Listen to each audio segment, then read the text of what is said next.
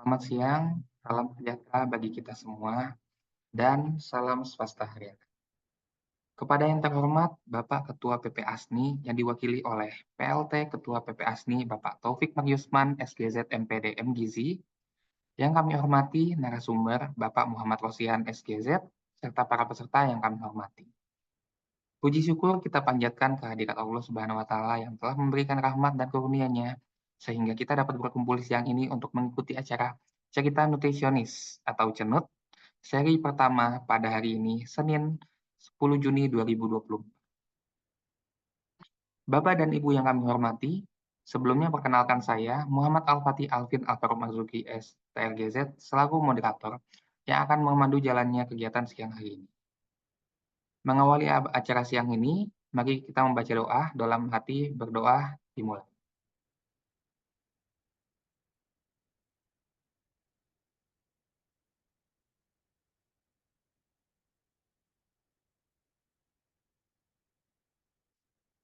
Doa selesai.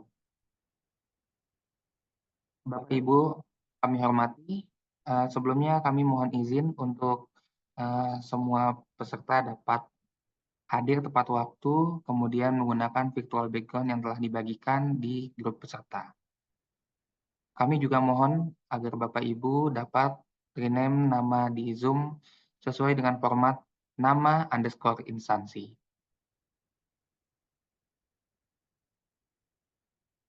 Bapak Ibu yang terhormat, berikutnya adalah sambutan Ketua PP ASNI yang diwakili oleh Bapak Taufik Magyusman, SGZ MPD MGizi. Pada Bapak Taufik, waktu dan tempat dipersilakan. Baik, ya, suara saya terdengar, Mas Wati? Siap, sudah terdengar, Halo. Bapak. Oh ya, mohon maaf ini saya sinyalnya agak kurang bagus ini di rumah. Baik, Bismillahirrahmanirrahim. Assalamualaikum warahmatullahi wabarakatuh. Selamat siang, salam sejahtera buat kita semua, Bapak Ibu sekalian. Ya, terima kasih Mas Pati atas kesempatan yang diberikan dan juga yang saya hormati ya Bapak Muhammad Rosihan. Alhamdulillah, terima kasih sudah bisa membantu untuk membersamai para teman-teman kita, ya, terutama para nutrisionis ya yang ada di puskesmas ataupun mungkin di pelayanan-pelayanan yang lainnya gitu. Ini merupakan satu pengabdian yang dilakukan ya untuk dapat bisa mensejajarkan posisi kita ya terutama para nutrisionis untuk dapat memberikan yang terbaik kepada masyarakat.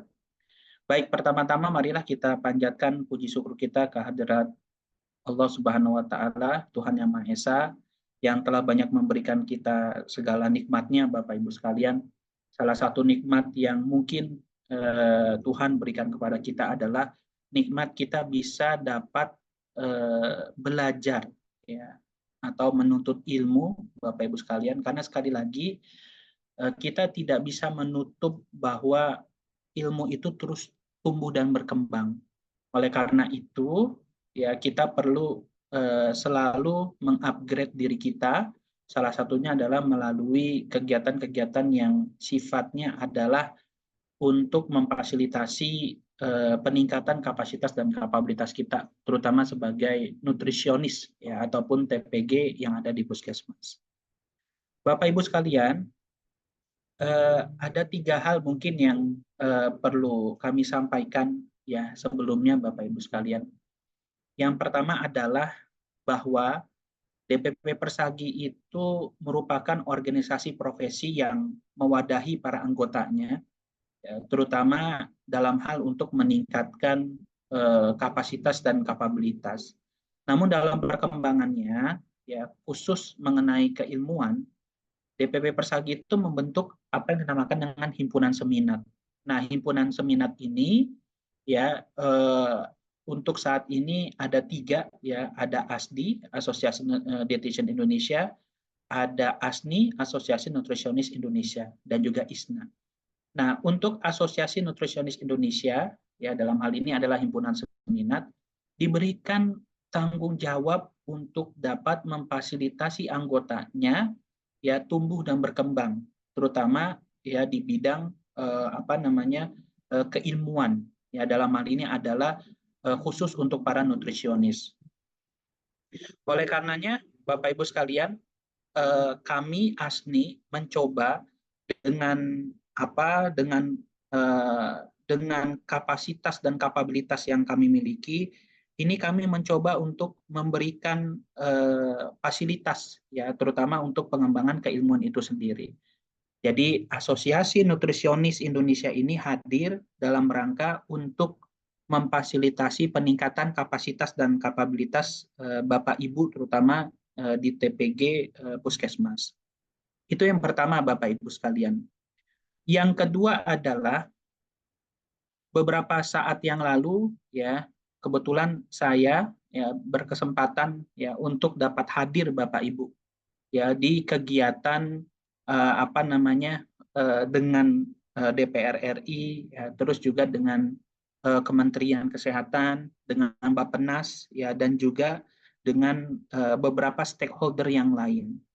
Nah, perkembangan ke depan, ya, karena memang ya dirasa bahwa program percepatan penurunan stunting itu dirasa tanda kutip ya tidak terlalu berhasil, terutama sampai tahun 2014, ya, karena ada perubahan dalam struktur ya untuk program tersebut, terutama misalnya kita di level di lapangan gitu seolah-olah tidak sepenuhnya terlibat gitu ya dalam penanganan stunting tersebut, ya, apalagi di bawah institusi tertentu.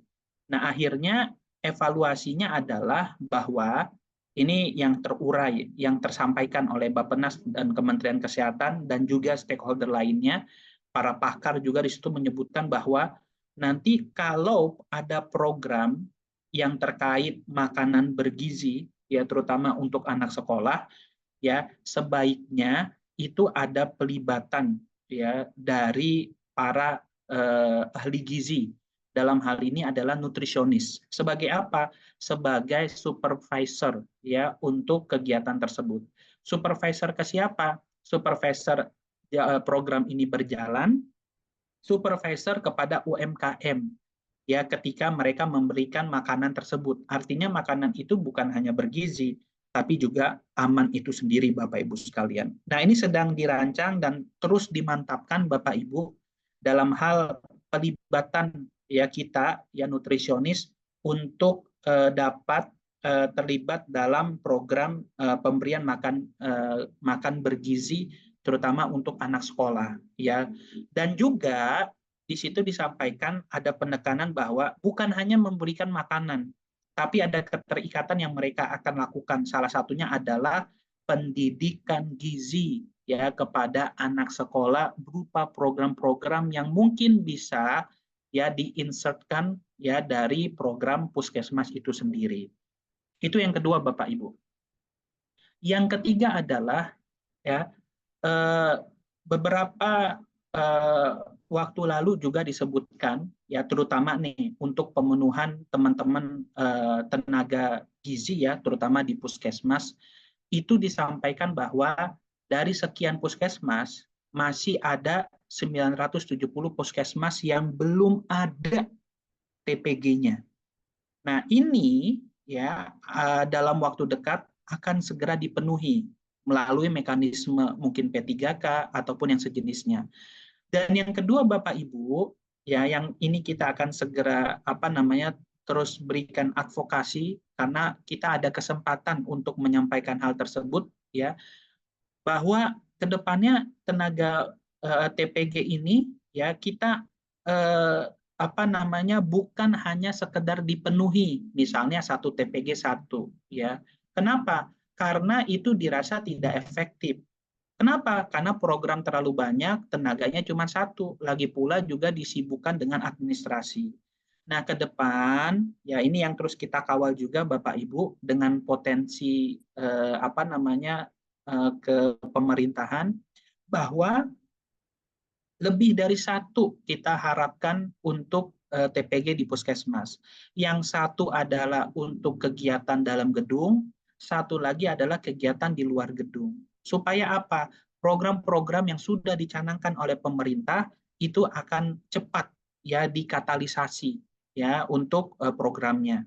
Nah, mungkin 3 hal itu Bapak Ibu sekalian ya sebagai pengantar ya kami sampaikan bahwa kita terus bergerak untuk dapat memfasilitasi teman-teman di puskesmas ini, terutama ahli gizi ataupun tenaga gizi yang ada di puskesmas, nutrisionis, untuk bisa dapat menyiapkan juga ya kapasitas dan kapabilitas sebelum ya amanah itu diberikan kepada kita. Walaupun sebelumnya program itu sudah sangat banyak ya diberikan kepada kita, ya tapi kalau ada kesempatan untuk menjalankan program lain yang di mana itu adalah langsung menyentuh kepada masyarakat dan itu ada supporting pendanaannya, lah kenapa tidak ya kita berusaha untuk mampu untuk menjalankannya, sehingga nanti bonus-bonusnya adalah ya tadi ternyata ada wacana ya penambahan tenaga gizi lebih dari satu, ya mungkin saja ada wacana lain ya untuk apa namanya tenaga kesehatan ini diperhatikan, ya imbasnya adalah ke tenaga gizi itu sendiri, ya itu adalah bagian daripada tambahan-tambahannya gitu, dan itu terus kita perjuangkan. Ya mudah-mudahan acara ini bisa salah satu yang dapat menambah ya salah satunya adalah kapasitas dan kapabilitas terutama untuk pelaksanaan program yang ada di puskesmas, dan tenaga gizi semakin eksistensinya diakui, ya dihargai, ya dan juga ada kesempatan ke depannya untuk dapat terus tumbuh dan berkembang. Baik, mungkin dengan mengucapkan Bismillahirrahmanirrahim, kegiatan apa namanya cenut ini cerita nutrisionis, insya Allah nanti ke depannya terus akan berlanjut ya. Ini sebagai awalan. Dengan ini resmi kami buka. Mungkin itu saja Bapak Ibu sekalian. Mohon maaf apabila ada salah kata dan perbuatan. Tetap semangat Bapak Ibu sekalian. Kami juga di asosiasi dan juga di organisasi profesi terus berjuang agar eksistensi kita terus tumbuh dan berkembang dan juga nanti berdampak ya terutama terhadap peningkatan status gizi masyarakat kita. Assalamualaikum warahmatullahi wabarakatuh. Selamat siang, salam sejahtera buat kita semua Bapak Ibu sekalian. Baik, terima kasih untuk Bapak Taufik atas sambutannya. Kemudian acara berikutnya adalah acara utama, yaitu penyampaian materi yang akan disampaikan oleh narasumber kita dengan topik Jalan Ninja Meningkatkan Cakupan ED per S di Posyandu oleh Bapak Muhammad Rosihan SGZ. Beliau adalah tenaga gizi di Puskesmas Ceper. Beliau pula adalah pengurus di DPD Pesagi Jawa Tengah, PP ASNI Bidang Komunikasi dan Teknologi Informasi, serta pengurus di PD ASNI Jawa Tengah. Sebelumnya saya izin menyapa Pak Rosihan. Apakah sudah hadir di tempat? Assalamualaikum, Mas Fatih. Waalaikumsalam. Bagaimana Suaranya kabarnya Pak cukup Rosihan? jelas. Alhamdulillah sehat. Suaranya Alhamdulillah. cukup Ya. jelas ya didengar. Suaranya masih agak terlalu kecil, Pak. Mungkin Sudah yang ini lain dapat dicek apakah suaranya masih kurang jelas dari Pak Rosihan? Boleh, Pak? ini cukup jelas. Ya, Cukup. cukup jelas. Apakah sudah keras Oke. bagi yang lain, bagi Bapak Ibu peserta? Mungkin masih di unmute itu Mas, di mute semua tuh soalnya peserta. Oh, bisa di chat saja, di chat ke eh, Zoom Bapak Ibu. Sebentar, saya izin. Oke, sudah terdengar ya. Baik, kalau begitu eh, saya kalau begitu untuk Bapak Rosihan, waktu dan tempat dipersilahkan. Oke, sebelumnya saya izin share screen dulu ya Bapak Ibu sekalian.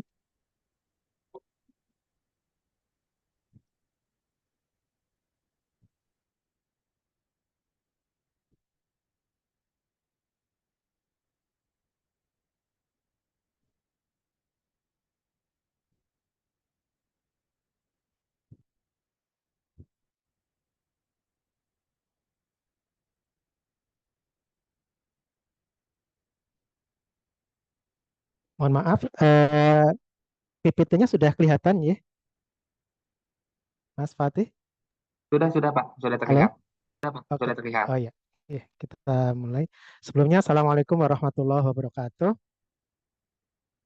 Eh, Pertama-tama kita panjatkan puji dan syukur kita ke hadirat Allah Subhanahu wa taala yang sampai siang hari ini masih kita bisa bertemu di acara yang luar biasa ini, yaitu kita bisa bertemu dalam satu komunitas nutrisionis yang insya Allah nanti ini pertemuan awal, nanti semoga pertemuan selanjutnya apa namanya bisa berganti dengan teman-teman yang lainnya yang luar biasa untuk kita berbagi pengalaman di forum Cenut ini, yang ini ceritanya eh, mengawali gitu ya Bapak sekalian. Jadi mohon maaf nanti kalau banyak kekurangan. Mungkin tadi yang pertama dari peserta ya kita mohon maaf terbatas sampai 100 ya. Jadi eh, nanti insya Allah mungkin ke depan lebih bisa diperbaiki lagi. Jadi Bapak sekalian, eh, melatar belakangi dari kegiatan siang hari ini kenapa kita mengambil tema cakupan di per S di Posyandu ya. Bagaimana kalau kita ketahui bahwa cakupan di per S itu kalau kita sebagai nutrisionis di puskesmas itu menjadi sebuah yang mungkin tanda petik momok itu ya. Artinya wah, kalau itu tidak naik ya kita yang apa namanya selalu ini pertama yang kena gitu karena laporan di per S itu ada di laporan gizi gitu. Nah, jadi bagaimana nanti kita siang hari ini bisa ngobrol bersama. Nanti mungkin teman-teman punya pengalaman yang itu nanti bisa di-sharing di apa di forum ini sehingga nanti dari pengalaman teman-teman itu bisa menjadi inisiasi ataupun menjadi bahan untuk bisa diadopsi dari eh, tempat sahabat ke tempat kita masing-masing di wilayah kita masing-masing sehingga nanti semuanya akan menjadi tumbuh menjadi lebih baik lagi. Teman-teman semuanya, jadi kalau kita berbicara posyandu ya kita mengawali dulu ya walaupun teman-teman sudah di luar apa namanya di luar kepala ya, tentang posyandu bahwa memang kita semua balita, ibu hamil itu nanti harapannya bisa ke posyandu semuanya. Dan nanti kalau teman-teman ILP nanti ada lagi posyandu itu dari semua daur kehidupan mulai bayi, balita sampai lansia itu nanti kalau teman-teman sudah memulai ILP akan menemui posyandu yang semua dijaring gitu ya. Jadi nanti lebih kompleks lagi, lebih ya apa ya perlu tenaga lagi untuk bagaimana semua bisa kita cover dalam kegiatan ILP atau ILP itu integrasi layanan primer yang itu nanti setiap eh, puskesmas harus melaksanakannya. Jadi itu tadi. Kemudian ke posyandu balita harapannya untuk bagaimana setiap bulan bisa kita pantau pertumbuhan berat badannya dan juga perkembangannya. Jadi saya kemarin itu belajar tentang buku KIA bagaimana kita memantau pertumbuhan itu ternyata ya kalau nanti diterapkan di lapangan butuh waktu juga belum lagi ke perkembangan. Ternyata ya dapat ilmu baru lagi ternyata ya juga perlu apa namanya lebih ribet lagi nanti, tapi itu nanti kita kerjasama lintas program. Bila balita nggak rajin ke posyandu, nah itu kan apa namanya sesuatu yang eh, bagi kita itu ya menjadi dilema juga ya. Ada beberapa gitu kasus misalnya kalau balita itu kalau nggak ke posyandu kita datangi sudah 2-3 kali datangi, bulan keempat nggak mau datang lagi. Jadi kadang di masyarakat itu ada dilemanya, wah masyarakat itu terlalu dimanjakan sehingga nanti ketika dikunjungi ya harapannya dikunjungi terus gitu. Nah itu memang serba salah juga ya di masyarakat. Tapi yang terpenting tetap kita berusaha untuk bagaimana eh, balita itu bisa hadir di eh, posyandu untuk kita pantau. Walaupun nanti tidak hanya di posyandu bisa di PAUD ataupun TK yang itu nanti juga menjadi masalah tersendiri ya karena ya kalau PAUD-nya masih satu desa satu wilayah tidak masalah tapi kalau PAUD-nya di luar wilayah nah itu juga PR juga itu jadi perlunya datang ke posyandu supaya balita bisa kita pantau, mendapat pendampingan dari kader, dari petugas kesehatan, sehingga nanti harapannya balita itu tumbuh sehat dan ya jangka panjangnya SDM di negara kita itu lebih baik. Jadi kita sebagai nutrisionis itu juga ibaratnya itu eh, apa ya, seperti melangkah di atas pasir gitu ya. Tidak ataupun itu melangkah di atas jalan yang becek. Tidak terdengar, tetapi yang penting bekasnya itu jelas. Ya kita nggak perlu ya apa selalu apa ramai, tetapi bagaimana kita bisa memberikan bekas yang jelas bagi mereka untuk mereka bayi, ibu hamil dan lainnya itu bisa mengkonsumsi yang gizi yang seimbang dan sehat selalu. Nah, Bapak Ibu sekalian, kalau kita berbicara stunting ya, jadi stunting itu eh, kemarin hasil apa namanya SKI kalau tempat kita itu juga eh, datanya itu perbedaannya jauh dari PPGBM itu kisaran 14%, tapi dari SKI lebih dari kurang lebih 24. Jadi dilema ini yang salah di mana sebenarnya. Jadi perlu juga dicari titik temunya untuk mengatasi perbedaan tersebut. Tetapi yang terpenting Bapak sekalian bahwa rutin membawa balita ke posyandu itu ternyata bisa untuk pencegahan stunting. Ya mungkin teman-teman sudah paham bagaimana periode 1000 HPK itu luar biasa untuk bisa mencegah dari stunting tersebut. Nah, kalau menurut teman-teman semuanya, mungkin kita sharing ya, mungkin bisa nanti dituliskan di chat box-nya apa namanya Zoom ini, kira-kira eh, berapa sih cakupan partisipasi masyarakat di posyandu di tempat sahabat semuanya? Mungkin dari yang daftar 400-an, tapi karena keterbatasan peserta Zoom hanya 100, mungkin dari 100 ini bisa mewakili kira-kira menurut teman kalau di tempat teman-teman semuanya itu eh, cakupan di per S di sana itu berapa? Mungkin bisa dituliskan di chat box, mungkin silahkan.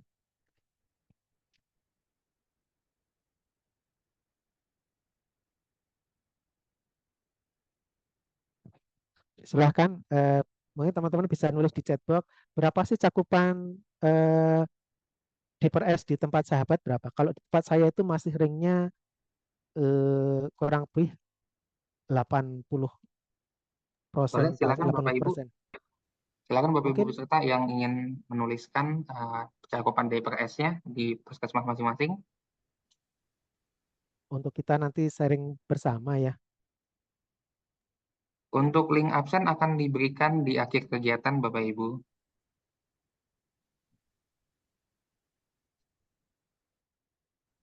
Ada yang 60, 80 ya.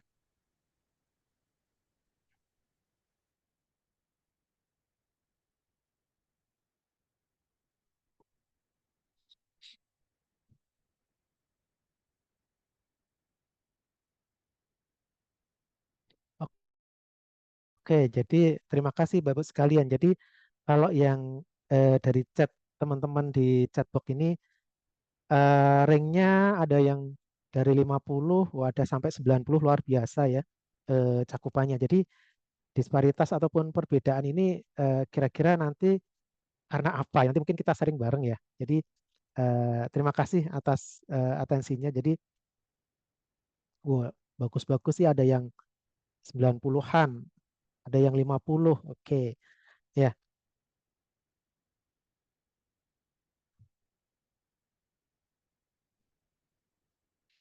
kalau kita melihat dari cakupan di per S ya, kalau kita melihat dari buku panduan indikator program gizi dan kesehatan ibu dan anak, itu kita kalau tahun 2024 ini cakupannya 85% ya.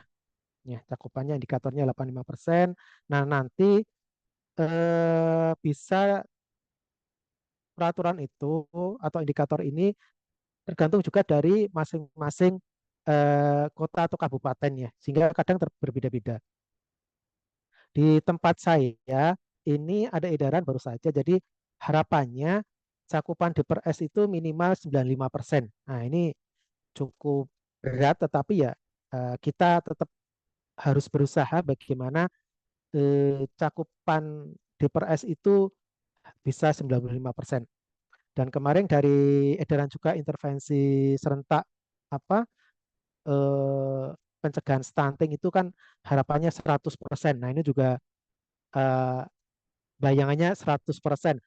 Tadi seperti di chatbox tempat saja masih 50%, 60%, harus 100%. Nah, kira-kira eh, loncatan yang hampir separuh lebih itu kira-kira nanti bagaimana untuk mencapainya. Jadi memang butuh effort yang eh, luar biasa dari kita dan lintas program, lintas sektor untuk mencapai dari target yang diharapkan. Jadi memang eh, kalau melihat target-target kayak gini ya juga agak apa namanya ya ini possible atau impossible. Yang penting kita jalani saja, kita coba, kita tetap koordinasi untuk kita mencapai dari capaian dari apa namanya yang diharapkan dari kabupaten kota masing-masing. Jadi kalau tempat saya seperti ini kemarin dari arahan di rapat bupati.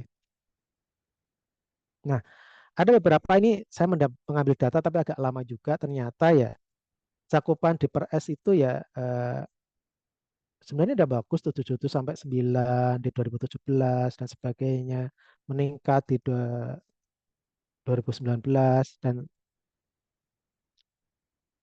terakhir itu 69 malah turun. Jadi fluktuasi yang apa namanya dari cakupan ini ya memang banyak sebabnya dan juga banyak alasannya sehingga perlu kita apa ya nanti kita perlu kita cari sebenarnya itu akar masalahnya apa gitu ya.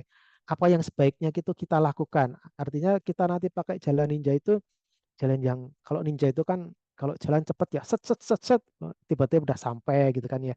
Jadi harapannya kita bisa meniru lah gitu. Jadi nanti ada beberapa kemarin best practice dari beberapa teman di kabupaten kota di Indonesia ada yang luar biasa juga apa namanya dalam pencapaian di PRS ini. Nanti mungkin kita sampaikan dan kalau sahabat tadi ikut di Zoom ini bisa masuk ya, nanti bisa bercerita tentang bagaimana kok cakupan di PRS-nya bisa 100% itu bagaimana. Nanti mungkin ini menjadi apa ya bahan kita untuk kita bisa adopt ke tempat kita masing-masing.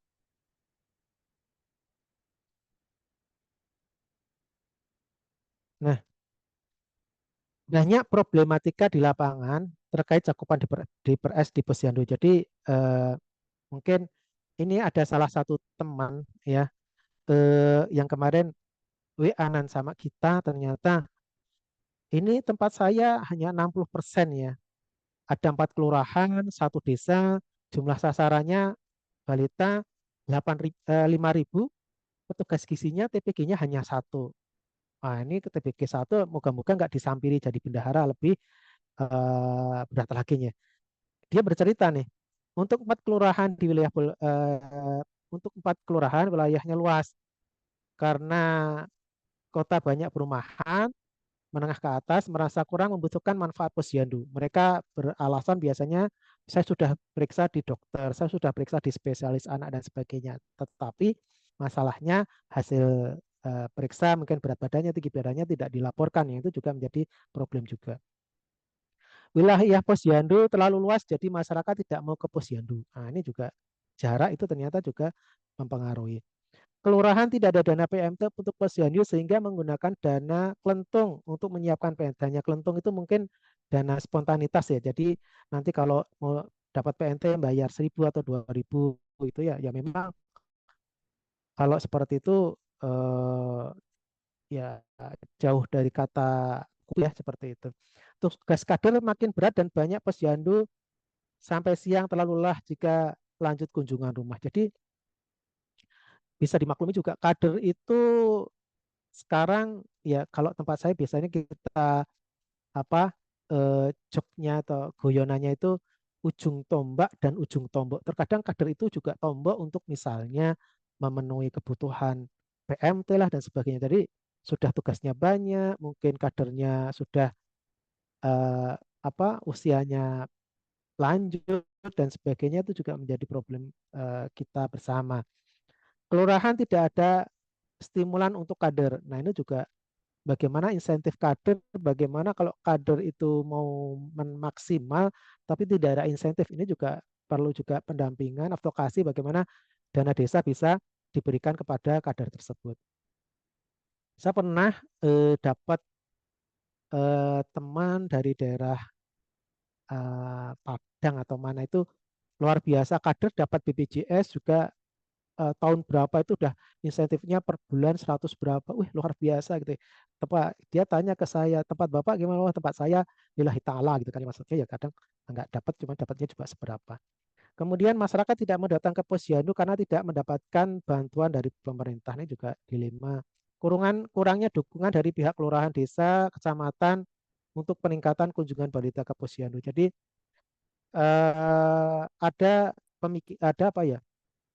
Dogma bahwa posyandu itu milik puskesmas, padahal posyandu itu kan KBM itu kan miliknya desa sebenarnya. Tapi eh, biasanya posyandu itu kan miliknya puskesmas. Jadi yang puskesmas yang tanggung jawab. Nah, ini perlu juga diluruskan itu ya.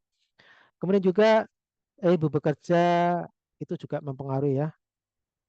PMT posyandu tidak ada dana. Nah, ini juga seperti tadi. Jadi memang dilema-dilema ini menjadi masalah kita, bagaimana DPRS itu akan naik kalau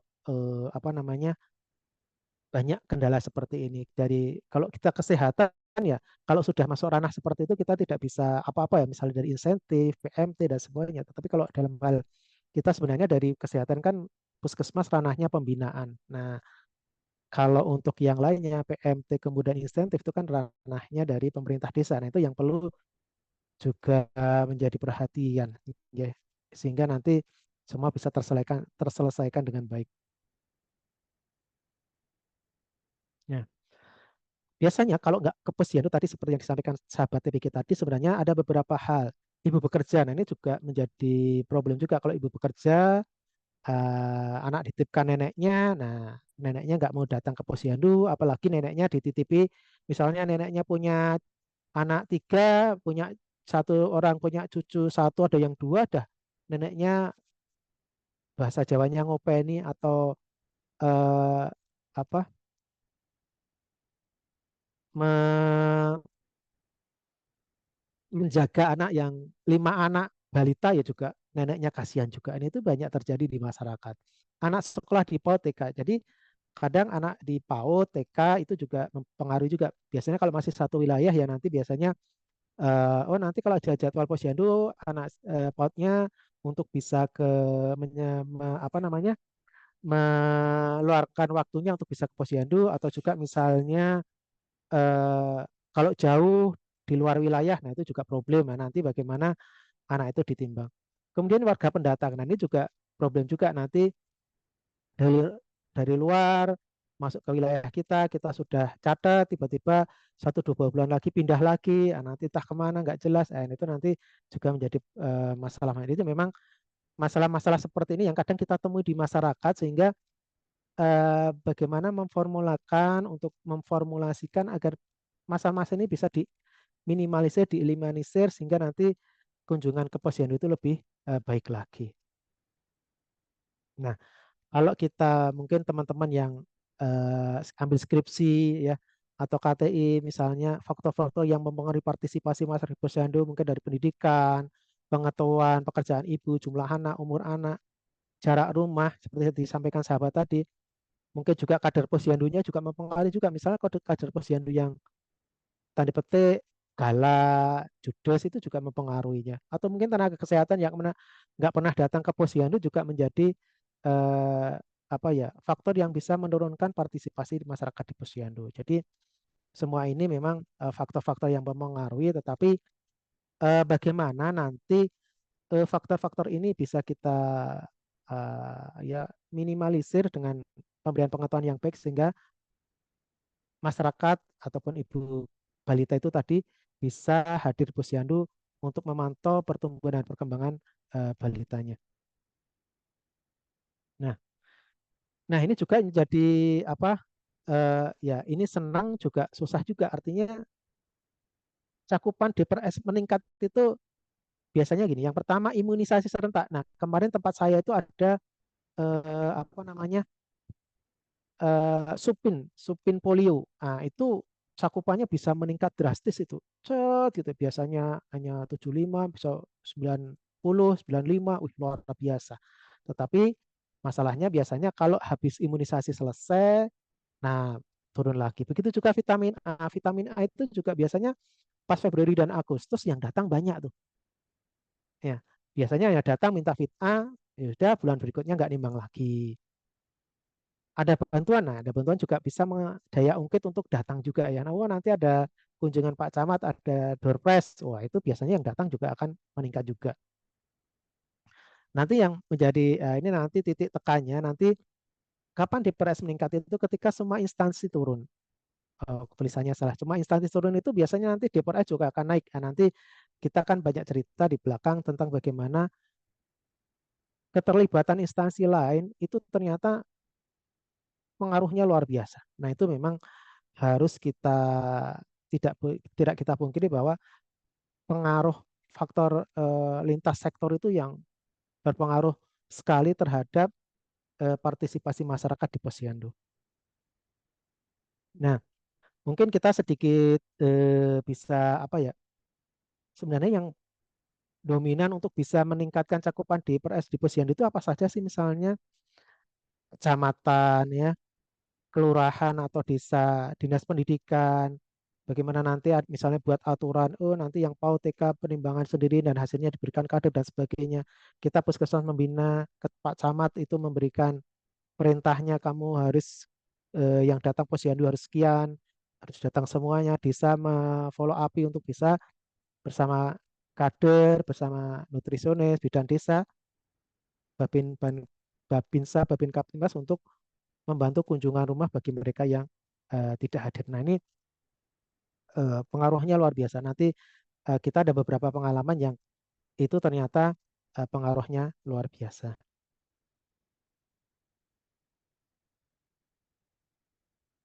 Nah, ini ada beberapa pengalaman sahabat TPG dalam meningkatkan cakupan DPRS di posyandu. Jadi,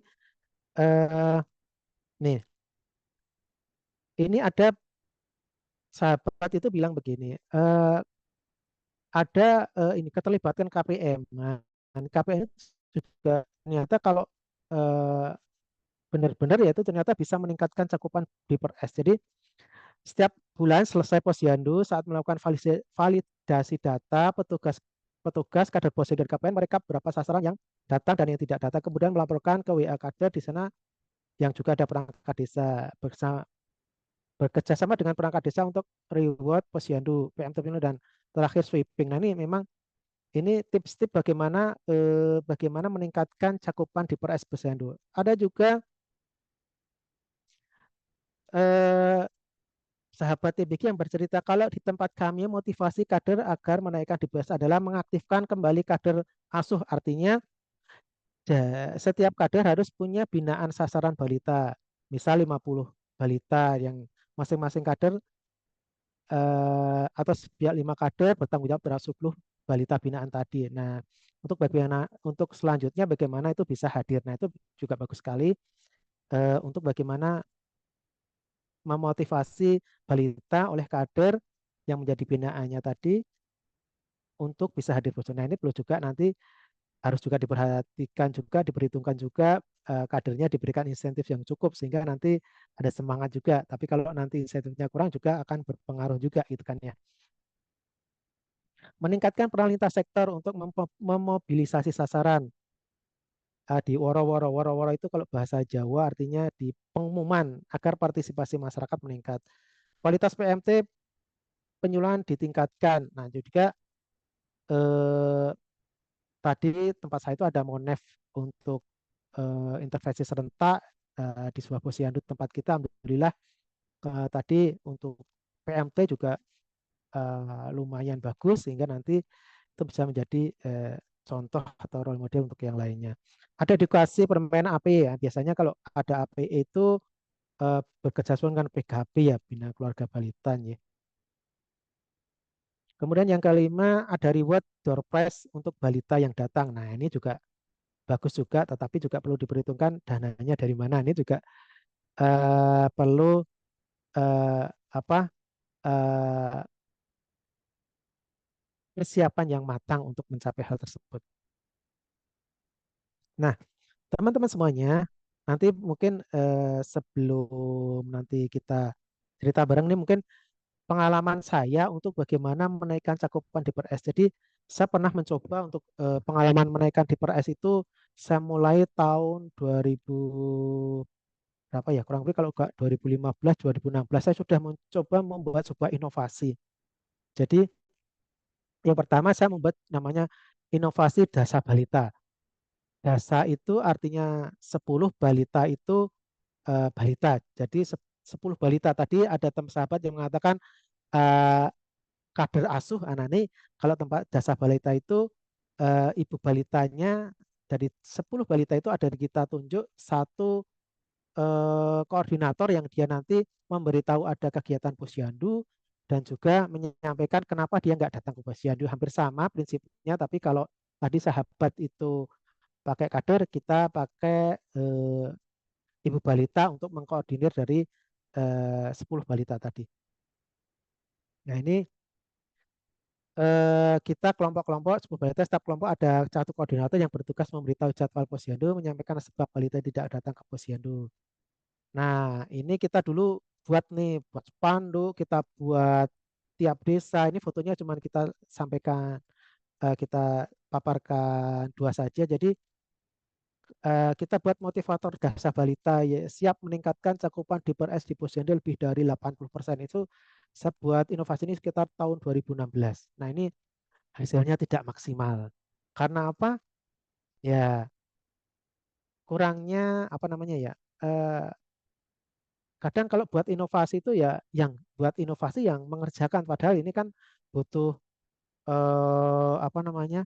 Bantuan atau kerjasama lintas program, lintas sektor sehingga apa yang diharapkan cakupan lebih dari 80% itu bisa terjadi. Tapi karena ya ibaratnya ya kalau kita tidak bisa bekerja sama ya sama-sama bekerja saja ya daripada nanti apa pikiran kita pusing nanti. Jadi ini zong itu hasilnya dulu nih ya. Tapi saya tetap berusaha untuk bagaimana eh, semangat untuk meningkatkan itu ada. Jadi kita sudah dulu mulai dari 2016 untuk meningkatkan di PRS. Tapi ya belum maksimal juga ini ya. Kemudian saya membuat sebuah inovasi ranting dewa. Jadi ranting dewa itu sebelum pandemi apa ya? Pas pandemi atau sebelum pandemi? Pas pandemi itu kita membuat grup karena kita nggak bisa interaksi, kita grup-grup WA. Jadi kita membuat grup WA setiap posyandu, grup WA setiap eh, ibu hamil tiap desa.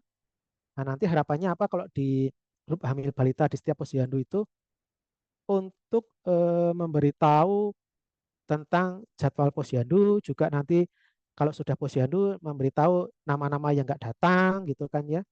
Kemudian harapannya mereka datang ke posyandu.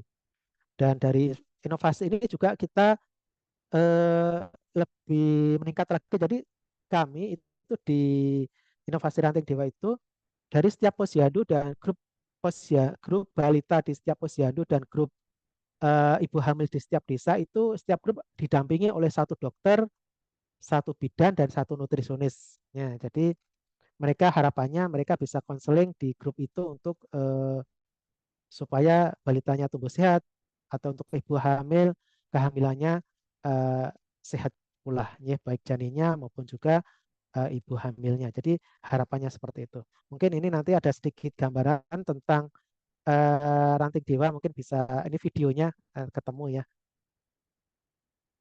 Sebentar saya putarkan.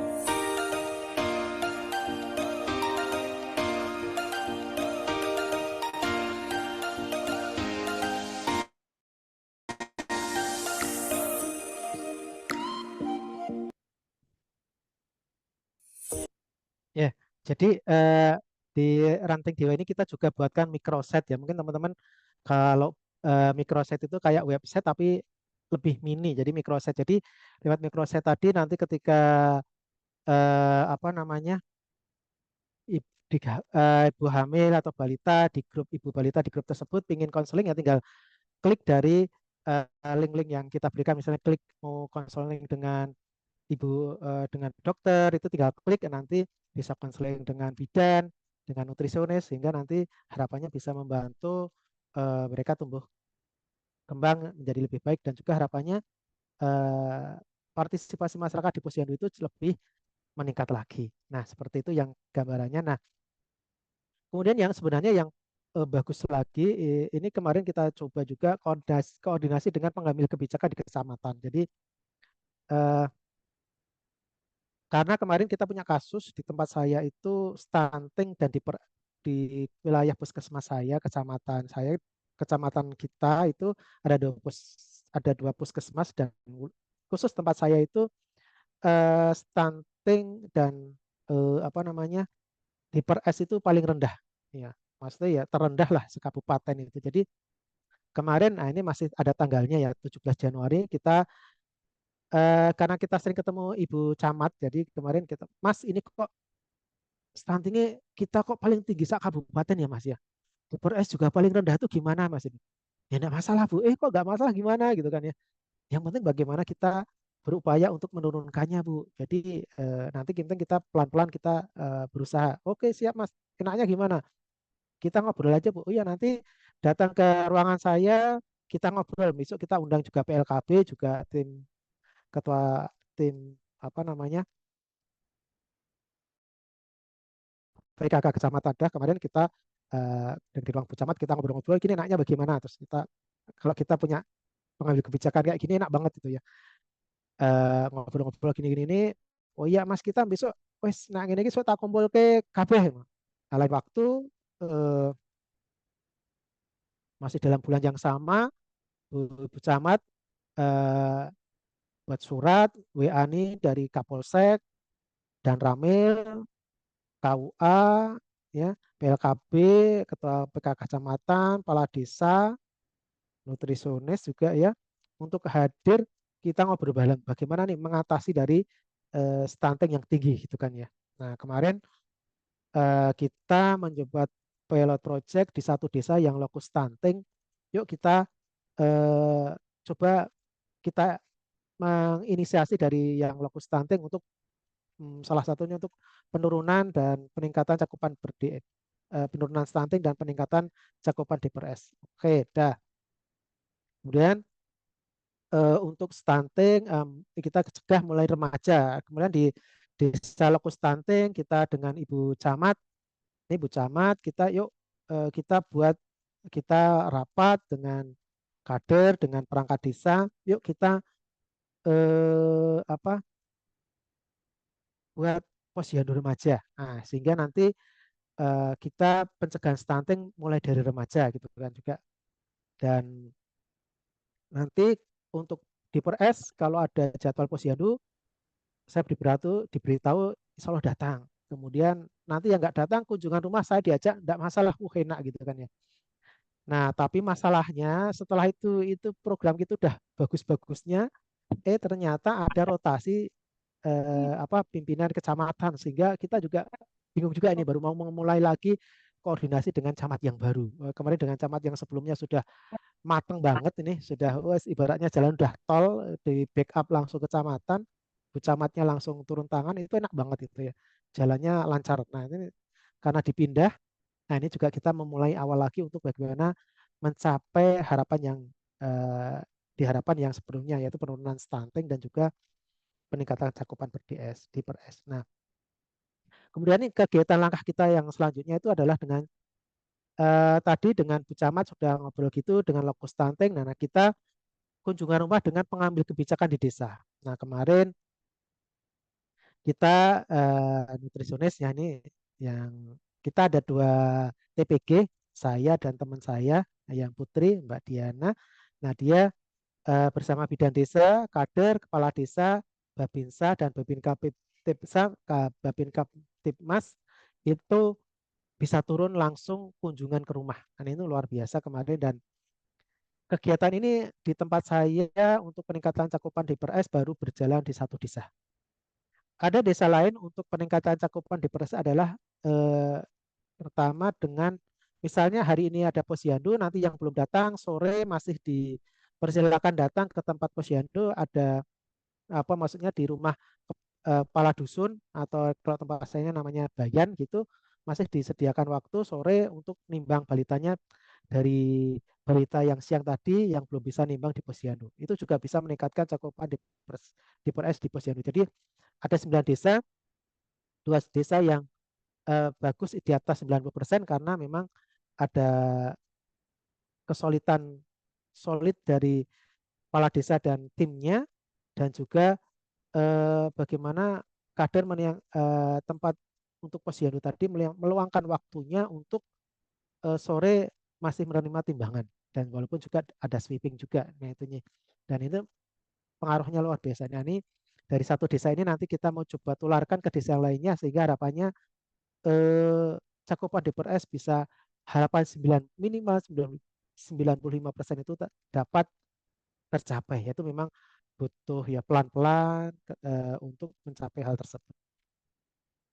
Nah, teman-teman semuanya, eh, apakah ada jalan yang tercepat untuk meningkatkan cakupan DPRS di posyandu itu? Atau kita sebut dengan jalan ninja? Ada. Ini teman kita bercerita, eh, kalau di tempat teman kita ini ternyata dari atas sampai ke bawah itu turun. Nih, jadi sampai misalnya untuk ini karena juga intervensi kalian ini intervensi serentak, Ibu Bupati Zoom, semua kepala desa harus ikut Zoom, kemudian nanti Bupati minta jadwal posyandu, dia akan datang, luar biasa. Dan juga dari pihak kecamatan juga memberikan apa namanya reward ataupun hadiah-hadiah yang itu memberikan semangat bagi ibu balita ke posyandu. Jadi dia bercerita, oh saya bersyukur nih karena pihak pemerintah sangat mendukung kegiatan pencegahan stunting ini, artinya peningkatan di PRS ya. Dari bupati, wakil bupati, dinas lainnya berperan aktif sampai Pak Camat ikut turun. Nah, kalau seandainya seperti ini, maka di PRS 100% itu bukan suatu hal yang mustahil gitu ya. 3 bulan saja para Babin Kaptimas dan Babinsa terjun langsung menjemput sasaran dari rumah, nanti setiap bulannya akan datang sendiri karena tidak malu didatangi oleh Pak Babin, sehingga luar biasa. Ini contoh nih, saya kirim foto ini Ibu Bupati sama Ibu Kabid eh, di Posyandu juga langsung intervensi kunjungan. Ini luar biasa. Jadi intinya bagaimana kalau kita mau jalan ninja meningkatkan cakupan DPRS di Posyandu itu memang eh, intinya kerjasama lintas program, lintas sektor. Pengambil kebijakan apa namanya powernya luar biasa, powernya sangat tinggi, pengaruhnya sangat luar biasa. Sehingga nanti harapannya memang dari atasan menyuruh ke bawahan dari pemdanya, kemudian ke kecamatan, kecamatan ke desa, itu bisa satu garis lurus untuk kerjasama ini, wah luar biasa. Jadi perlu pertanyaannya siapa yang bisa menggerakkan ini nih, gitu loh. Jadi kalau itu bisa bergerak seperti contoh di tempat sahabat TBGD tadi itu, wah itu sudah apanya mengantongi 100% itu tidak begitu sulit. Nah, tetapi masalahnya tadi teman-teman yang banyak masalah insentif kader, nggak ada PMT, pemerintah desa nggak ada, itu nanti tugas siapa? Nanti kita mungkin dari pertemuan ini nanti bisa menghasilkan, oh nanti ada yang bisa memberikan mengadvokasi atau memaparkan hasil kita ngobrol tadi bisa disampaikan kepada pengambil kebijakan agar nantinya eh, masalah ini bisa diselesaikan dengan segera. Sebenarnya akar masalahnya kan cuman di pengambil kebijakan. Ketika kami pengambil kebijakan itu bilang A, nanti mudah semuanya. Tapi kadang peran serta ataupun perhatian dari pengambil kebijakan yang sangat mungkin kurang sehingga yang di bawah juga kurang maksimal hasilnya. Jadi nanti mungkin teman-teman bisa share di sini eh, sebaiknya siapa sih yang harus bertanggung jawab untuk ini, sehingga nanti eh, tidak apa seperti ini ya. TPG itu bukan Superman, artinya eh, bisa mengatasi semuanya. Apalagi TPG-nya apa Superman-nya pegang tablet kemudian 100% diperes di posyandu itu ya nggak bisa. Jelas nggak bisa. Tetapi eh, kita sebagai bagian lintas program lintas sektor ya nanti kita saling sinergi untuk bagaimana meningkatkan cakupan di PRS itu. Seperti halnya kalau stunting itu poin nakes itu hanya 30%, yang 70% itu di luar nakes itu memang betul sekali. Jadi memang seperti halnya di PRS ini yang poin yang bisa meningkatkan cakupan di PRS itu yang poin yang di luar nakes ya, yang lintas sektor itu, yang punya pengambil kebijakan itu sehingga nanti eh, bisa untuk membantu daya ungkit dari percepatan peningkatan cakupan di PRS itu. Jadi nanti kita mungkin sharing bareng siapa sih yang bisa memberitahu ini pengambil kebijakan untuk meningkatkan ini siapa sih? Kita kalau petugas gizi tiba-tiba bilang sama Pak Camat ini gimana Pak ini kadang sebenarnya kayak kurang ya boleh tetapi kadang kalau nggak begitu kenal dengan camat itu juga nanti eh, tanda petiknya kok memerintah camat gitu kan ya. Tapi kalau mungkin sudah kenal, sudah akrab sih sambil ngobrol sih nggak masalah. Tapi kalau belum kenal akrab ya itu nanti kan seperti misalnya kita malah memerintah camat tersebut. Ya, mungkin teman-teman ini yang bisa kita sampaikan mungkin udah 45 menit ya kita paparkan. Nanti mungkin kita bisa sharing bareng di forum ini ya nanti eh, kalau tadi mungkin ada sahabat kita yang dari yang bisa dari Ibu Bupati bisa hadir tadi, mungkin bisa apa hadir di grup ya nanti mungkin bisa sharing atau mungkin tadi teman-teman yang lainnya nanti bisa sharing, mungkin kita ngobrolin bareng untuk mencapai DPRS di Posyandu itu bisa lebih baik lagi. Jadi memang kalau kita berbicara gizi nutrisionis itu kan dari dulu agak ya terpinggirkan lah dari istilah-istilahnya saja.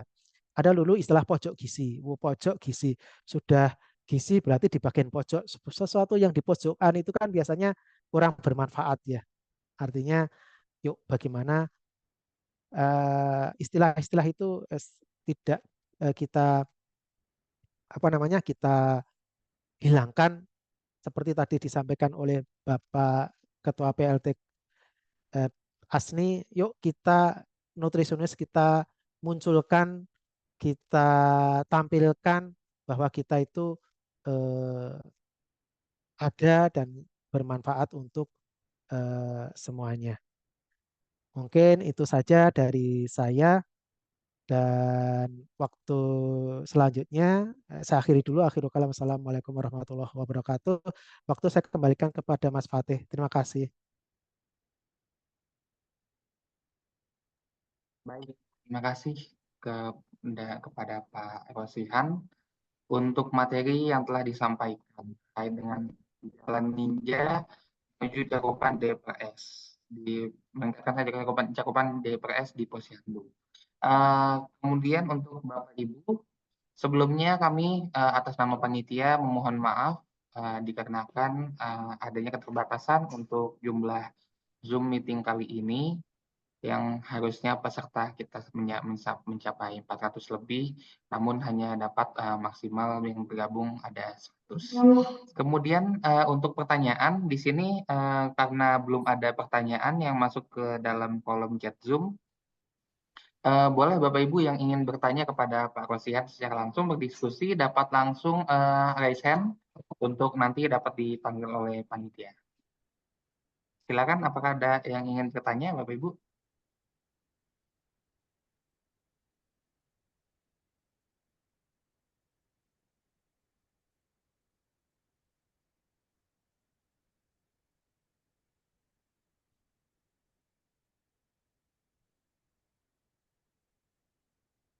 Halo Bapak Ibu.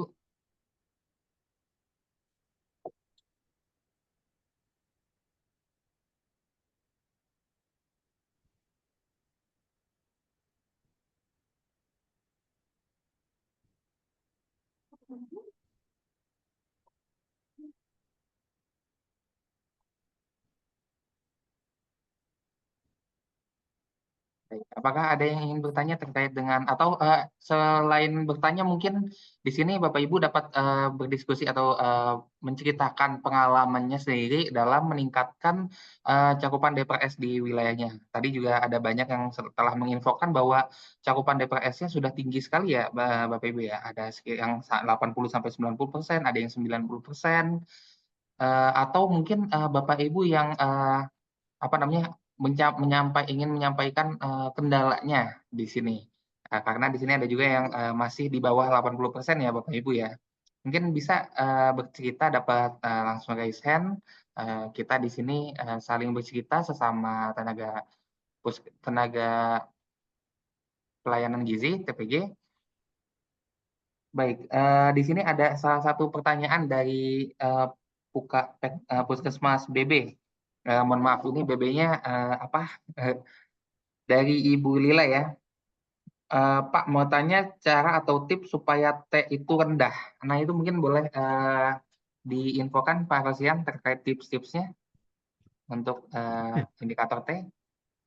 Iya, terima kasih Mas Fatih. Jadi eh, permasalahan lagi kita itu ya ini ya nanti mungkin eh, N per D-nya mungkin D per S rendah, N per D rendah, T-nya malah tinggi gitu kan ya. Nah, nanti kalau itu masih persoalan di posyandu yang itu perlu ya apa namanya ya kerjasama yang banyak karena memang kalau N per D itu ya N per D itu kan kalau misalnya minimal balita kalau di atas rata-rata di atas 10 bulan, satu tahun lah itu minimal kan 2 on naiknya. Nanti kalau di bawahnya itu kan sesuai dengan golongan umurnya dia naik ada yang 8 on, nanti ada yang berapa, nanti kan dulu di KBM kenaikan berat badan minimal itu sudah ada. Tetapi ya kadang di atas satu tahun naik 2 on itu juga berat juga itu ya. Nah kalau masalahnya kalau nggak naik, nanti dia tidak naik nih. Nah, nanti kalau tidak naik, T-nya jadi tinggi nih. Nah itu juga repot juga. Nah, kalau untuk T-nya biar tidak tinggi menjadi berkurang gitu kan ya. Nah, itu juga nanti dilihat dulu permasalahannya juga karena nanti itu dilihat dulu yang T siapa, nanti mungkin perlu juga dari masing-masing yang T itu dilihat apa permasalahannya.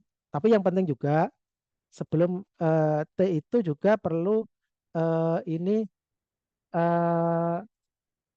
T-nya itu penimbangan itu apa namanya perlu di cross check ulang juga. Jadi kadang hasil penimbangan itu kan juga berpengaruh ya. Nah, nanti misalnya kita ketemu IT, nanti kita lihat dulu timbangan kita itu sudah standar belum atau mungkin nimbangnya beda tempat. Dan itu juga perlu perlu dicek juga ya. Jadi sebelum ke nanti ke konselingnya ya kita lihat ke teknis dulu. Dia nggak naik, kenapa? Apakah timbangannya, cara ngukurnya, atau mungkin eh, yang diukur balitanya itu mungkin masih pakai pampers atau masih pakai jaket. Nah, nanti juga harus dilihat dulu supaya nanti dari hal-hal teknis itu bisa diselesaikan dulu. Atau mungkin kalau itu sudah fix benar tidak naik, yang menjadikan T ya. Nah, balita itu kan karena kalau kita itu nanti kan ada apa ya, kelas balita ya, kalau tempat kita ada kelas balita, ada kelas ibu hamil.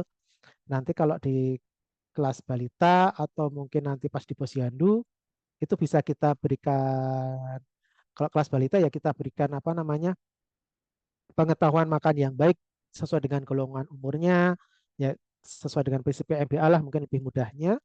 Nah, nanti itu supaya menjadi pemahaman bagi ibu balita untuk supaya nanti pola makan yang diberikan pada anaknya itu bisa berubah sesuai dengan anjuran yang ada pada prinsip PMBA. Kemudian juga nanti kalau di posyandu ya mungkin ada konseling di, kan ada meja konseling, jadi nanti di nakes itu nanti bisa dikonseling kok kenapa nggak tidak naik gitu kan ya, sebabnya apa, karena memang saya kemarin sempat konseling ya mungkin eh, 2 mingguan ini yang terakhir itu, jadi ada seorang ibu-ibu datang gitu kan,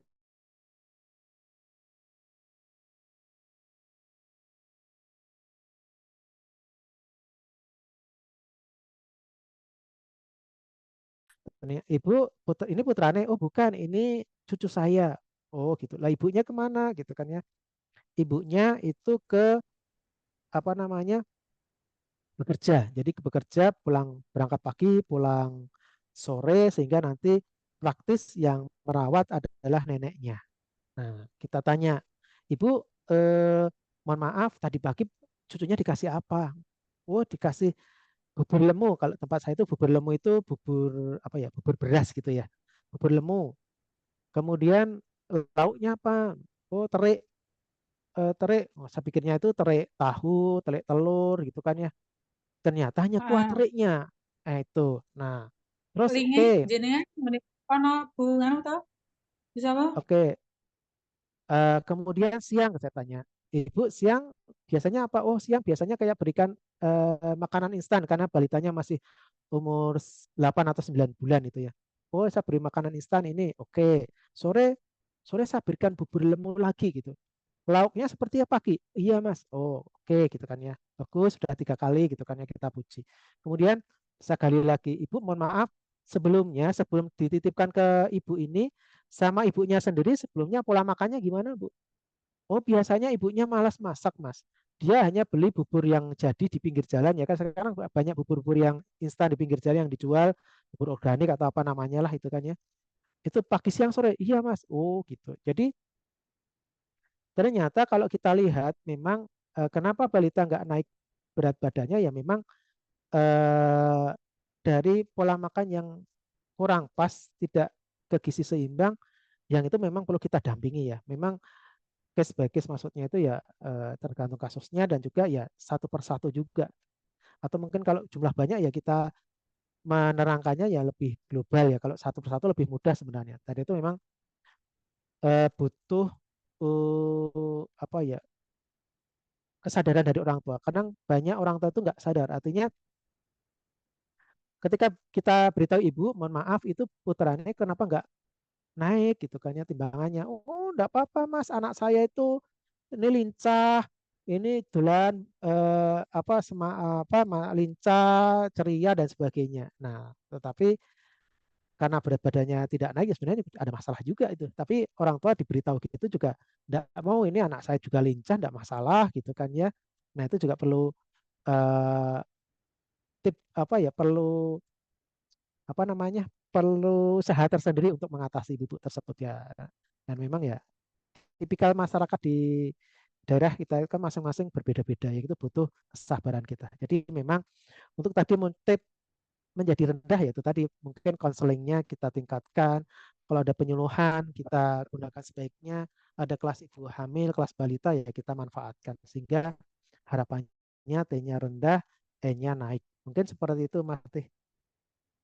Baik, terima kasih atas jawabannya yang keren nih Pak, terkait dengan ini ya tipsnya, kalau T itu rendah.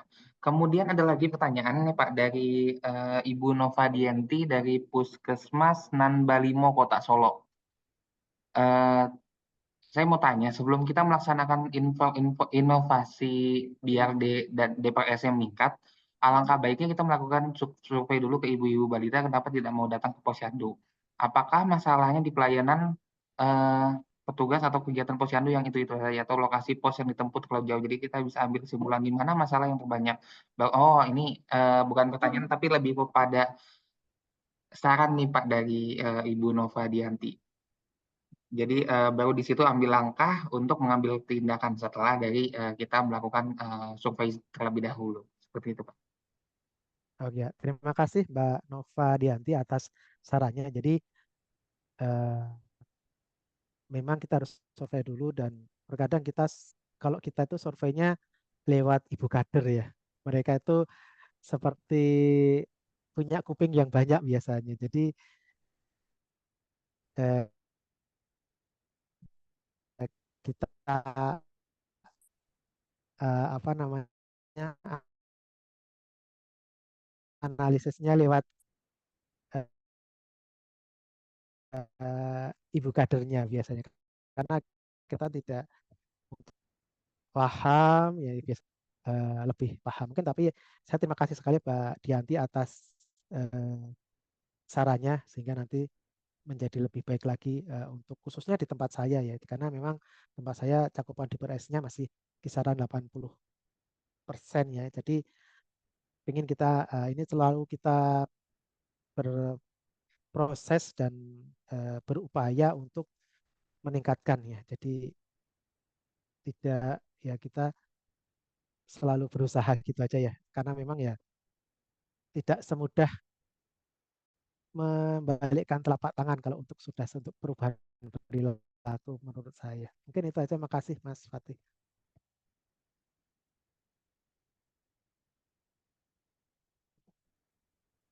Suaranya belum terdengar Mas Fatih.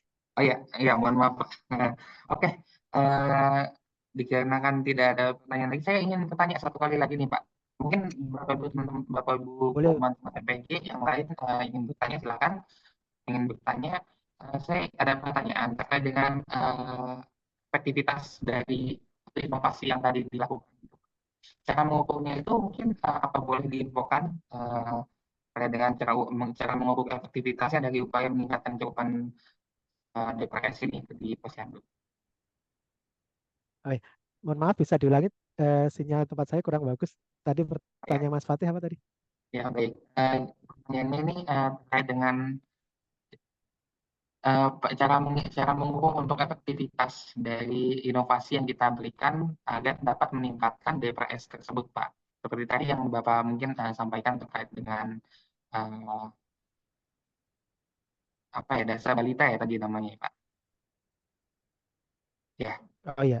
Jadi mhm, itu kalau tadi contoh tentang jasa balita itu memang awal dulu ya tahun 2016-an kurang lebih itu saya mencoba berinovasi yaitu saya lihat cakupan DPRS-nya tetap rendah. Kita sampaikan di apa forum Logmin lah atau apa jasa kita sampaikan dan tidak ada apa ya respon yang maksimal lah gitu kan ya karena eh, itu tadi seperti halnya DPRS itulah tanggung jawab gizi gitu kan ya TPG ya itu kan itu tuh tanggung jawabku. Nah itu kan kadang ya menjadi beban tersendiri bagi kita ya ya udah ya, kemudian ya kalau saya daripada pusing ya itu tadi Mas prinsip saya kalau tidak bisa bekerja sama ya sama-sama bekerja lah gitu aja biar tetap di hati tenang di pikiran nyaman gitu kan ya jadi seperti itu ya memang itu tadi butuh apa ya yang menguatkan gitu ya. Ya, kita kalau mengukur inovasi wah ini pertama nggak maksimal ya udah kita tinggalkan ganti inovasi lagi ranting dewa well, ada tambahan ada sedikit tambahan manfaat. Wah ini gini manfaatnya bisa untuk selain tadi penyebaran informasi dan sebagainya itu juga lebih cepat sampai ke sasaran ribuan masyarakat, ibu balita di wilayah kerja. Nah, itu kan juga manfaat lainnya yang kita dapat dan informasi dari Batam dari bawah ke kita itu juga cepat juga misalnya ada informasi mana ada DB dan sebagainya itu informasi cepat kita dapat kemudian kita ke lintas program ke bagian keseling PE itu nanti memfollow up nah itu sebenarnya pun berarti manfaat kemudian juga tadi yang kita kerjasama dengan pengambil kebijakan itu juga bagus banget Tetapi ketika pengambil kebijakannya diganti ya nanti kita belum tahu karakter dari pengambil kebijakan yang baru itu bagaimana juga baru meraba-raba sehingga butuh waktu juga seperti itu, Mas. Mungkin itu.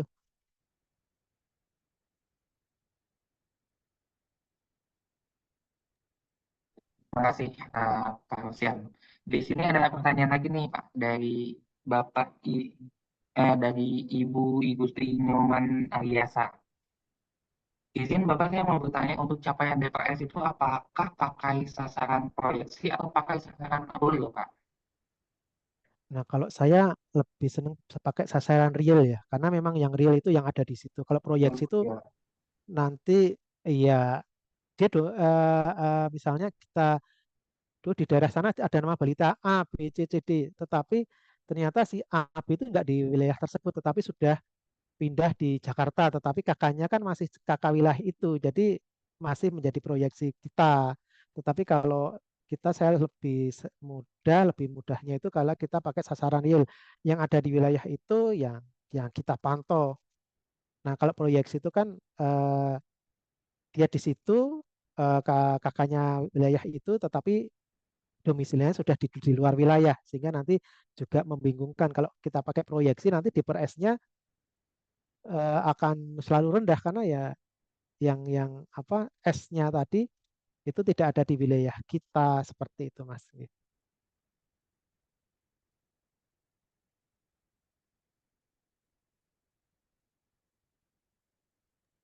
baik. Selanjutnya ada pertanyaan lagi dari Dinkes Tulungagung, Pak, dari Bu Bekti. Terkadang untuk meningkatkan DPS cukup dengan inovasi sederhana, misal, oh baik, ini juga sama salah satu dari pernyataan Pak dari Bu Bekti terkait dengan meningkatkan DPS ini. Misal dengan mendatangkan odong-odong di posyandu yang perlu ditemukan. Pertama adalah akar penyebab masalah yang mendasar dari DPS yang rendah, yang mana akar penyebab ini bisa ditemukan secara bersama-sama melalui monolog lintas program maupun lintas sektor, sehingga ditemukan jalan keluar bersama yang bisa didukung bersama agar inovasi yang disusun bisa dilaksanakan secara berkelanjutan. Oke, terima kasih usulnya. Jadi eh, tapi perlu juga dipikirkan juga nanti yang membiayai odong-odong siapa itu juga perlu juga dipikirkan ya. Karena kalau khusus tempat saya itu ya tadi di awal saya sampaikan kadang kader itu sebagai ujung tombak dan ujung tombok. Nah itu nanti itu udah tombok nanti menyediakan fasilitas permainan. Nah itu juga mungkin butuh biaya lagi yang nanti perlu juga dipikirkan. Jadi kalau nanti ya harapannya dari desa bisa memihai dari penyediaan alat tersebut sebenarnya tidak masalah juga ya. Bagus banget sebenarnya. Ada beberapa daerah yang menyediakan odong-odong itu meningkatkan cakupan DPRS karena salah satu daya tarik tersendiri bagi balita. Tapi yang terpenting juga ada biaya atau dana yang untuk menyewa dari odong-odong tersebut. Mungkin itu Mas. Memang bagus itu ya. Tapi yang itu tadi, soalnya ada beberapa tadi seperti kita tampilkan di awal, pemerintah desa tidak ada dana untuk kader, ada tidak ada dana untuk PMT, apalagi untuk odong-odongnya itu. Jadi ya memang bagus dan eh, apa namanya? Kalau itu tersedia ada dananya. Kalau ada dananya bagus banget untuk seperti karena beberapa tempat itu bisa berjalan dengan baik meningkatkan DPRS untuk hal tersebut. Mungkin itu Mas. Iya. Baik, terima kasih Pak. Di sini ada yang minta untuk dijelaskan lagi, tapi mungkin untuk penjelasan dari jalan ninjanya yang tadi sudah banyak disampaikan oleh Pak Rosihan, dapat menonton lagi video YouTube-nya ya. Nanti juga untuk di grup peserta akan di-share untuk link YouTube-nya apabila kami telah mengupload link YouTube-nya agar dapat ditonton secara berulang terkait dengan bagaimana jalan ninja, cara meningkatkan cakupan DPRS di Posyandu. Apakah ada lagi Bapak Ibu peserta yang ingin bertanya atau ingin berdiskusi?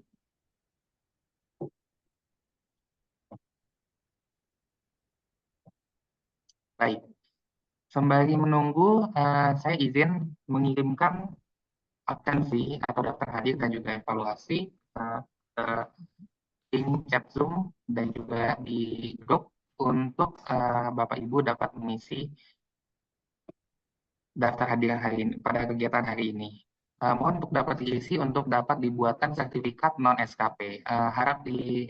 Mohon diketahui, diingat kembali bahwa untuk sertifikat yang kami berikan adalah sertifikat non SKP, bukan yang terintegrasi dari pelaksanaan sehat, dan sertifikat ini adalah untuk bukti telah mengikuti cerita nutrisionis atau cenut pada seri 1 kali ini.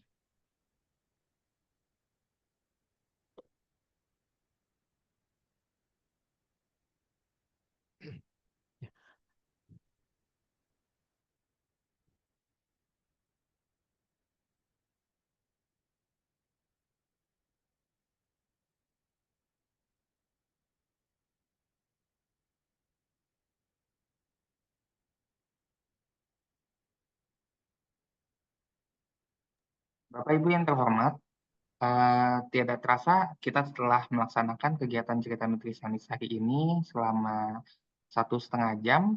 Sebelum kita tutup, mungkin Bapak Rosihan selaku narasumber dapat menyampaikan closing statement selama 1 menit, Pak. Ya, terima kasih Mas Fatih. Jadi yuk kita sebagai nutrisionis ya kita tunjukkan peran kita tunjukkan kontribusi kita untuk bagaimana pertama nutrisinus itu bisa tampil kontribusi, yang kedua bagaimana nutrisionis itu bisa meningkatkan status gizi balita yang ada di wilayah kerja kita, sehingga nanti ke depan nutrisinus itu jadi sebuah harapan dari masyarakat untuk apa namanya ya, kesehatan dari keluarga, mungkin balitanya. Mungkin dari teman-teman kalau turun di masyarakat biasanya kadang dipanggil Bu Dokter atau Pak Dokter, atau misalnya konseling kita juga sering dipanggil Pak Dokter gitu kan. Sebenarnya eh, kita itu sudah ya mungkin secara perform sudah bagus gitu ya. Nanti lebih baik lagi kalau ditambah dengan usaha-usaha yang lebih baik lagi, sehingga kita menjadi nutrisionis yang luar biasa, dan kegiatan kita walaupun tidak tertulis ya, ya kita seperti kita biasa menyampaikan sebuah quote ya, seperti menapak di jalan yang apa basah gitu ya, tidak terdengar suaranya tetapi terlihat bekas-bekasnya. Mungkin itu saja Mas Fatih. Sukses semuanya buat TPG nutrisionis di seluruh Indonesia. Mungkin itu Mas Fatih. Terima kasih. Terima kasih Pak Rosihan atas closing statement-nya. Bapak Ibu peserta yang kami hormati, saya selaku moderator sebelumnya memohon maaf kembali atas kekurangan dan ketidaknyamanannya untuk pelaksanaan cerita nutrisionis atau cenut pada seri kali ini. Saya infokan bahwa cenut ini atau cerita nutrisionis adalah program kerja dari bidang komunikasi dan teknologi informasi pengurus pusat Asosiasi Nutrisionis Indonesia yang dilaksanakan setiap bulan. Kami akan insya Allah laksanakan setiap bulannya. Kami juga memiliki program lain, yaitu ada live Instagram yang juga dilaksanakan setiap bulannya, ada Reels, dan juga ada postingan informasi gizi dari masing-masing dari PPASNI dan juga masing-masing pengurus daerah Asosiasi Nutrisionis Indonesia. Bapak Ibu juga dapat tetap mengikuti kegiatan-kegiatan Asosiasi Nutrisionis Indonesia (ASNI) yang lain dengan tetap ada di dalam grup. Nah, kami akan tetap sharing terkait dengan kegiatan-kegiatan yang dilaksanakan saat ini. Akhir kata, kami ucapkan terima kasih kepada Bapak Ibu semua yang telah menjadi peserta dan telah mendaftar untuk kegiatan cenut kali ini. Saya tutup. Wassalamualaikum warahmatullahi wabarakatuh. Selamat siang dan salam swasta Harena.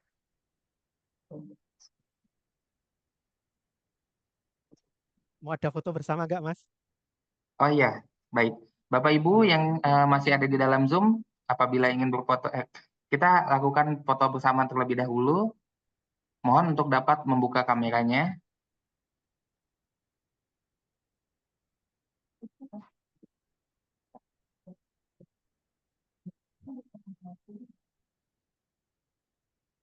Baik, kita mulai di jam 14.30.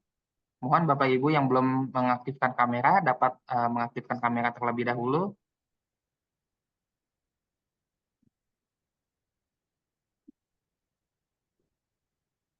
Baik, kalau begitu saya izin ambil foto. Di sini ada 2 slide yang tampil di layar saya. Oke, saya ambil dari slide yang pertama, Bapak Ibu. Mohon siapkan senyum terbaiknya. 1, 2, 3. Baik. Kemudian untuk slide kedua, bentar.